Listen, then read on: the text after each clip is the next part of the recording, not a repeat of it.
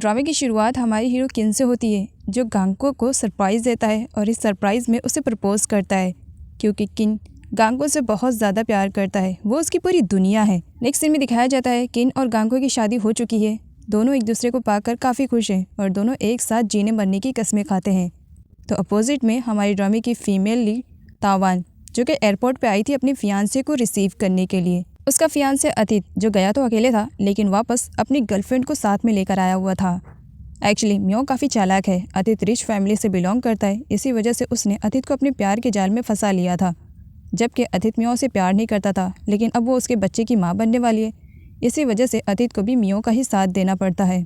म्यो जब यहाँ पर तावान की इंसल्ट कर रही थी, तब अतीत को अच्छा नहीं लगता है, लेकिन क्या करे, वो बर्दाश्त कर रहा था। म्यो तावान को बताती है कि उन दोनों का रिलेशनशिप हद से ज़्यादा ही आगे बढ़ गया है। इतना बढ़ गया है कि वो अब अतीत के बच्चे की माँ बनने वाली है, जिस पर तावान को बिल्कुल भी बर्दाश्त नहीं होता है और अपनी इंगेजमेंट रिंग को वो निकाल करके अतीत के फेस पे फेंक कर रोते हुए चली जाती है। किन गानको को पा करके दुनिया का सबसे लकी आदमी खुद को मान रहा था। उसे ऐसा लग रहा था कि गांको के रूप में उसे पूरी दुनिया की खुशियाँ मिल गई हैं। आज दोनों की वेडिंग नाइट थी, तो इसी वजह से किन थोड़ा सा रोमांटिक मूड में था। वो गांको के साथ रोमांस करने वाला था, जिस पर गांको कहती है कि इतने हैवी मेकअप के साथ वो अनकंफर्टेबल फील कर रही है, पहले वो शावर लेगी उसके बाद। जिस पर किन कहता है अगर शावर हम दोनों साथ में लें, जिस पर गांको शर्माते हुए मना कर देती है। किन कहता है शर्माने की ज़रूरत नहीं है, और वैसे भी अब हम दोनों लीगल तरीके से हस्बैंड वाइफ हो चुके हैं, तो शर्माने की ज़रूरत नहीं है, चलो मैं तुम्हें शावर दिला देता हूँ। गांको मना करती है। गांको किन से कहती है तुम जा करके पहले शावर लो, क्योंकि मुझे तुम्हें कुछ सरप्राइज़ भी देना है। किन शावर लेने के लिए चला जाता है। गांको जब अपना बैग ओपन करती है तब उसे रियलाइज़ होता है जो गिफ्ट वो किंग को वेडिंग नाइट पर देने वाली है वो तो उसी के घर पर ही छूट गया है। उसे लाने के लिए वो चली जाती है। किन गांको की मॉम के पास कॉल करता है, जिस पर उसे मालूम पड़ता है कि गांको अभी अभी गिफ्ट लेकर के चली गई है। उस गिफ्ट को उसने काफ़ी टाइम से खरीद कर रखा हुआ था। वो किन को अपने वेडिंग नाइट पर देना चाहती थी। उसके बाद किन गांको के पास कॉल करता है, इतनी ज़ोर से बारिश हो रही है, तुम्हें जाने की क्या ज़रूरत थी। गांको कहती है ये सरप्राइज़ मैंने काफ़ी टाइम से संभाल कर रखा हुआ था तुम्हारे लिए, और मैं अपनी वेडिंग नाइट पर तुम्हें देना चाहती हूँ। गांको उस गिफ्ट की तरफ देखती है जो कि एक कपल पेंटिंग थी। वो स्माइल कर रही थी। तवन के साथ इतना सब कुछ हो गया था, तो इसी वजह से उसने काफ़ी शराब पी रखी थी। वो रोड पर आती है और गलती से गांको और तवन का एक्सीडेंट हो जाता है। अगले सीन में दोनों को हॉस्पिटल में दिखाया जाता है। दोनों की कंडीशन काफ़ी क्रिटिकल थी। किन जब हॉस्पिटल पहुंचता है तब अपनी वाइफ गांको के बारे में पूछता है। डॉक्टर से बताते हैं कि गांको जब यहाँ पर आई थी तभी उसकी कंडीशन काफ़ी क्रिटिकल थी। उन्होंने कोशिश की उसे बचाने की, लेकिन वो नहीं बच पाई, वो मर चुकी है। किन गांको को खोने का सदमा बर्दाश्त नहीं कर पाता है। अभी अभी तो सारी खुशियाँ उसकी ज़िंदगी में आई थी और गांको के साथ चली भी गई। वो उसकी डेड बॉडी से लिपट कर रो रहा था। आज ही तो हमने साथ जीने मरने की कस्में खाई थी, लेकिन तुम ये कस्में निभा नहीं पाई, तुम मुझे छोड़कर चली गई। इस दुनिया में अब मैं तुम्हारे बिना कैसे जीऊँगा, यही सब कहकर वो रो रहा था। नर्स के आने पर किन उस लड़की के बारे में पूछता है जो कि गांको के कार के सामने आई थी। यहाँ पर मालूम पड़ता है उस लड़की की भी कंडीशन काफ़ी ख़राब है। किन तवन के पास जाता है, जिसका चेहरा पूरी तरीके से पट्टियों से बंधा हुआ था, क्योंकि उसका भी एक्सीडेंट बहुत बुरी तरीके से हुआ था। वो भी मौत और ज़िंदगी के बीच में थी, लेकिन फिर भी वो जी रही थी। नर्स किन को तवन के बारे में बताती है कि वो बहुत ज़्यादा नशे में थी। शायद यही वजह है कि इसी वजह से वो आज जी रही है। जब यहाँ पर किन को मालूम पड़ता है कि नशे में आकर वो गांको के कार के सामने आई थी, तब वो तवन के क्लोज जाता है। एक्सीडेंट तो तुम्हारा और गांको दोनों का हुआ था ना, तो मेरी गांको क्यों मरी, तुम क्यों नहीं मरी। एक शराबी लड़की की वजह से मेरी ज़िंदगी की सारी खुशियाँ बर्बाद हो गई, तो मैं तुम्हें इतनी आसानी से कैसे जीने दे सकता हूँ। तुम्हें मैं किसी भी हाल में नहीं छोड़ूंगा। तुम पल पल तड़पोगी और अपनी मौत की भीख मांगोगी। जिस तरीके से तुम्हारी वजह से मेरी गांको गई और मैं इस दुनिया में जी रहा हूँ ना मेरी गांको के बगैर, उससे भी बदतर हाल तुम्हारा करूँगा। ये वादा है, अपनी गांको का रिवेंज तो मैं तुमसे लेकर रहूँगा। और तवन के हाथ पर लगी हुई चिट से उसे मालूम पड़ जाता है कि इसका नाम तवन है। इसी के साथ 3 साल के बाद का सीन दिखाया जाता है। गांको को खोने के बाद किन उसकी ज़िंदगी से हंसी तो गायब सी हो गई थी। हर कोई उसके चेहरे पे बस मुस्कुराहट देखना चाह रहा था, जो कि एक ड्रीम की तरह था। लेकिन जब कंपनी आता है तब सेक्रेटरी से मालूम पड़ता है कि उसका छोटा भाई करण तो ऑफिस आया ही नहीं है। वो करण के पास कॉल करता है। करण एक अय्याश टाइप का लड़का है, बस आए दिन उसकी गर्लफ्रेंड्स बदलती रहती हैं। किन उसके पास कॉल करके ये पूछता है कि क्या वो कंपनी आएगा या नहीं, क्योंकि उसे सेक्रेटरी के लिए खुद ही इंटरव्यू लेना है। करण मना करता है और सेक्रेटरी के लिए खुद के भाई को ही इंटरव्यू लेने के लिए कह देता है। जिस पर किन कहता है आज तो मैं हैंडल कर लूँगा, लेकिन अगर दूसरे दिन तुम कंपनी नहीं आए तो याद रखना तुम्हारे पास जो क्रेडिट कार्ड है मैं उसे ले लूँगा। यह है चैट किन की कंपनी में रिसेप्शनिस्ट का काम करती है, लेकिन अदर्स एम्प्लॉयज़ के सामने खुद को बॉस समझती है।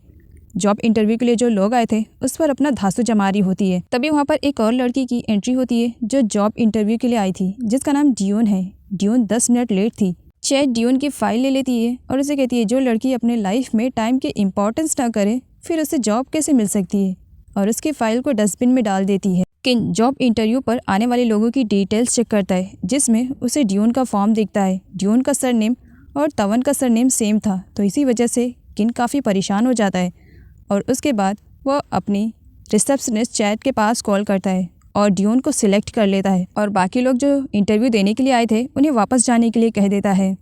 जिस पर चैट बाकी सभी लोगों को वापस जाने के लिए कह देती है कि जॉब किसी को मिल गई है, और उसके बाद वो ड्यून को अंदर ले जाने के लिए कहती है। जिस पर ड्यून काफ़ी एटीट्यूड में चैट से कहती है कि जिस हाथ से उसने फ़ाइल को फेंका था उसी हाथ से अब वो डस्टबिन से फ़ाइल निकाले। तब चैट को निकालना ही पड़ता है। किन ड्यून से कहता है कि वो उसे जॉब के लिए सिलेक्ट कर रहा है और अपने भाई की पर्सनल सेक्रेटरी के लिए उसे हायर कर देता है और उसकी सैलरी भी काफ़ी हाई रखता है, जिसकी वजह से ड्यून काफ़ी खुश हो जाती है। किन ड्यून से पूछता है कि क्या उसकी कोई बहन है, जिस पर ड्यून बता देती है कि हाँ उसकी एक बड़ी बहन है जिसका नाम तवन है। तब यहाँ पर किन को श्योरिटी हो जाती है कि ये वही तवन है जिसकी वजह से उसकी गांको मरी थी। गांको की पेंटिंग को आज तक किंग ने संभाल कर रखा था, जिस पर गांको का ब्लड लगा हुआ है। किन खुद से ही कहता है कि अब से तवन का बुरा वक्त शुरू होने वाला है, क्योंकि उसे ढूंढने में उसे 3 साल जो लगे थे। ड्यून को अपसेट देख करके तवन को लग रहा था कि ड्यून को जॉब नहीं मिली है। तब ड्यून स्माइल करते हुए बताती है कि उसे जॉब मिल गई है और जॉब की सैलरी भी काफ़ी अच्छी है। तब तवन ड्यून को हक करती है। तवन ड्यून को लेकर के परेशान थी कि एक सेक्रेटरी की जॉब के लिए कोई इतनी हाई सैलरी कैसे दे सकता है।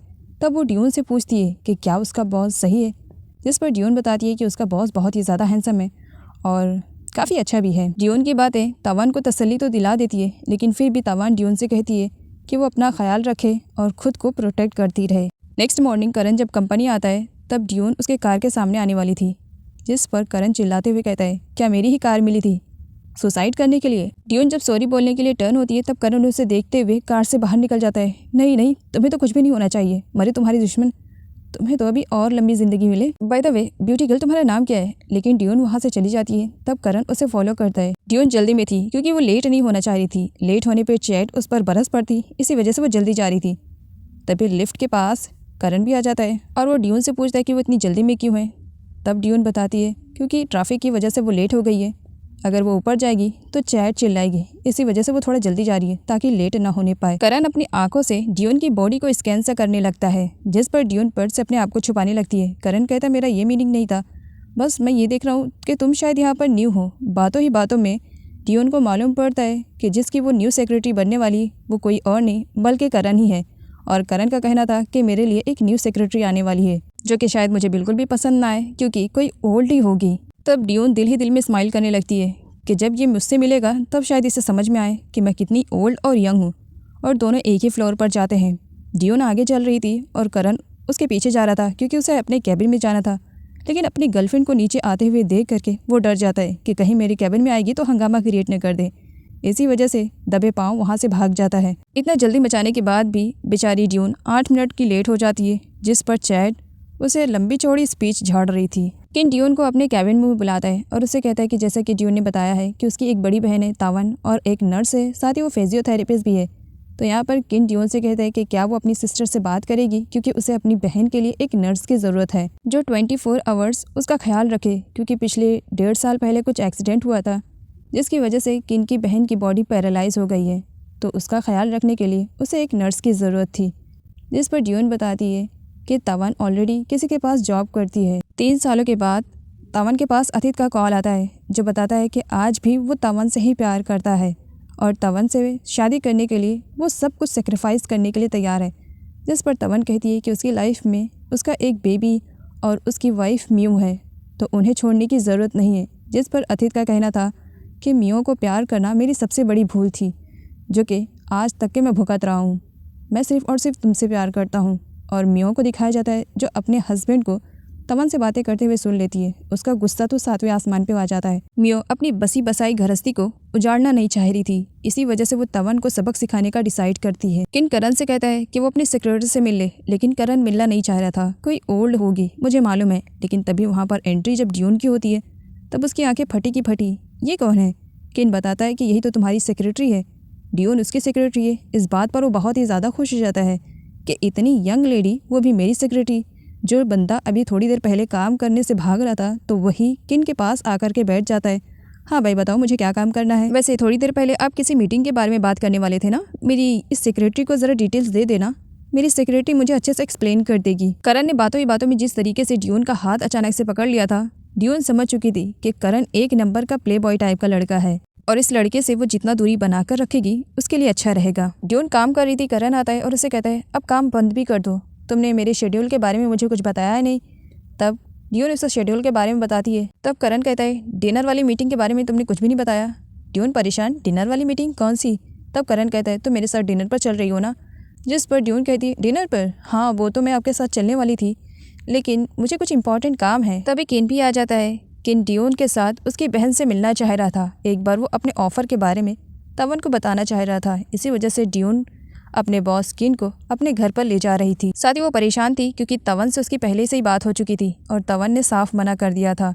वो सोच रही थी कि पता नहीं बॉस के पहुंचने पर तवन किस तरीके से रिएक्ट करेगी। तवन कुकिंग कर रही थी, अचानक से डोरबेल बजता है जिसकी वजह से नाइफ से उसका हाथ कट जाता है। ड्यून टाइम से पहले घर वापस आ गई थी, जिसे देख करके तवन परेशान हो जाती है। ड्यून कहती है मैं आना तो नहीं चाह रही थी, लेकिन किसी की वजह से मुझे आना पड़ा। कोई है जो आपसे मिलना चाह रहा है और मैं उसे अपने साथ लेकर आई हूँ, आप देख सकती हो।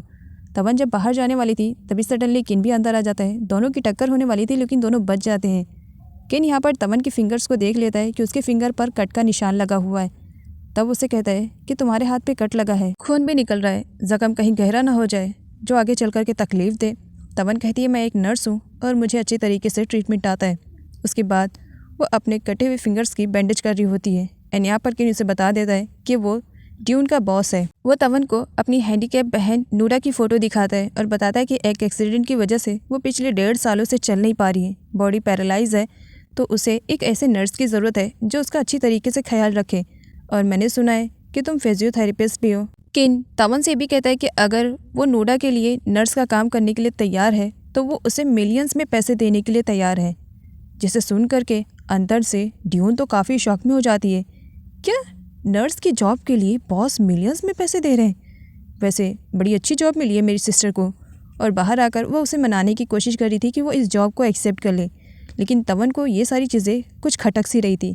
इसी वजह से वो साफ मना कर देती है कि ऑलरेडी वो किसी के पास जॉब कर रही है तो वो नहीं आ पाएगी। किन चुपचाप तो वहाँ से चला जाता है, लेकिन उसके अंदर बदले की आग जल रही थी। वो किसी भी तरीके से तवन को बस अपने घर पर लेकर आना चाह रहा था और वो यहाँ पर खुद ही को चैलेंज करता है कि वो तवन को अपने घर में अपनी बहन नूरा की नर्स की हैसियत से लेकर ही आएगा। नाइट में ड्यून तवन से पूछती है कि आखिर मिलियंस का ऑफर उसने क्यों रिजेक्ट कर दिया। तवन कहती है कि पास में जो उसकी लाइफ में हुआ है उसकी वजह से वो किसी भी बंदे पर यूँ आँख बंद करके भरोसा नहीं कर सकती है।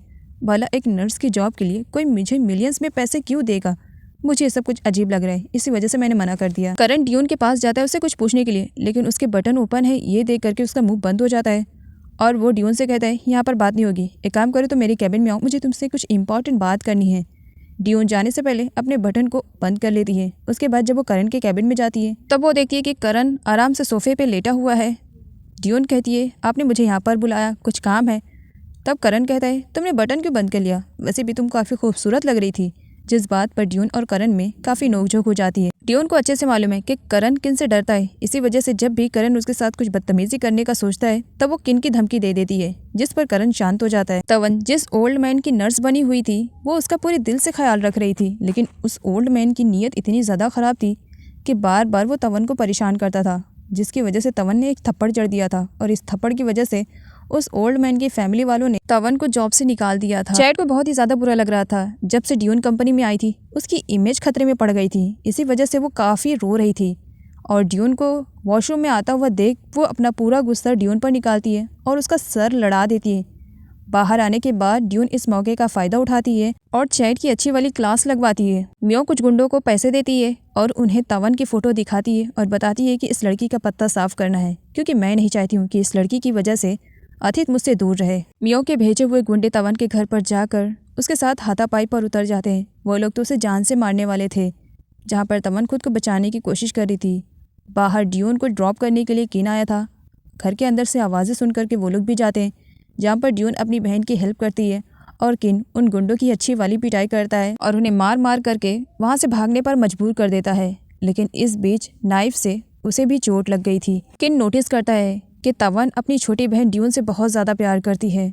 तब उसने डिसाइड कर लिया था कि सबसे पहले तवन को वो ड्यून से दूर करेगा। किन की बॉडी से ब्लड निकल रहा था। तवन उसकी मलहम पट्टी करती है। किन बस तवन को देखे जा रहा था। फर्स्ट टाइम तो तुम्हारी शक्ल याद भी नहीं थी, लेकिन अब तो अच्छे से याद रहेगी। पहले तुम्हारे फेस पे पट्टियाँ बनी थी और अब तुम्हारा चेहरा समझ में आ रहा है। तुमसे तो मैं अपने गांकों का बदला लूँगा। तुम्हारी वजह से आज मेरी गांको मेरी लाइफ में नहीं है। किन तवन की नज़रों में अच्छा बनना चाह रहा था। जब उसे तवन की जॉब के बारे में मालूम पड़ता है, तब वो अपने एक फ्रेंड के हॉस्पिटल में तवन की जॉब लगवा देता है।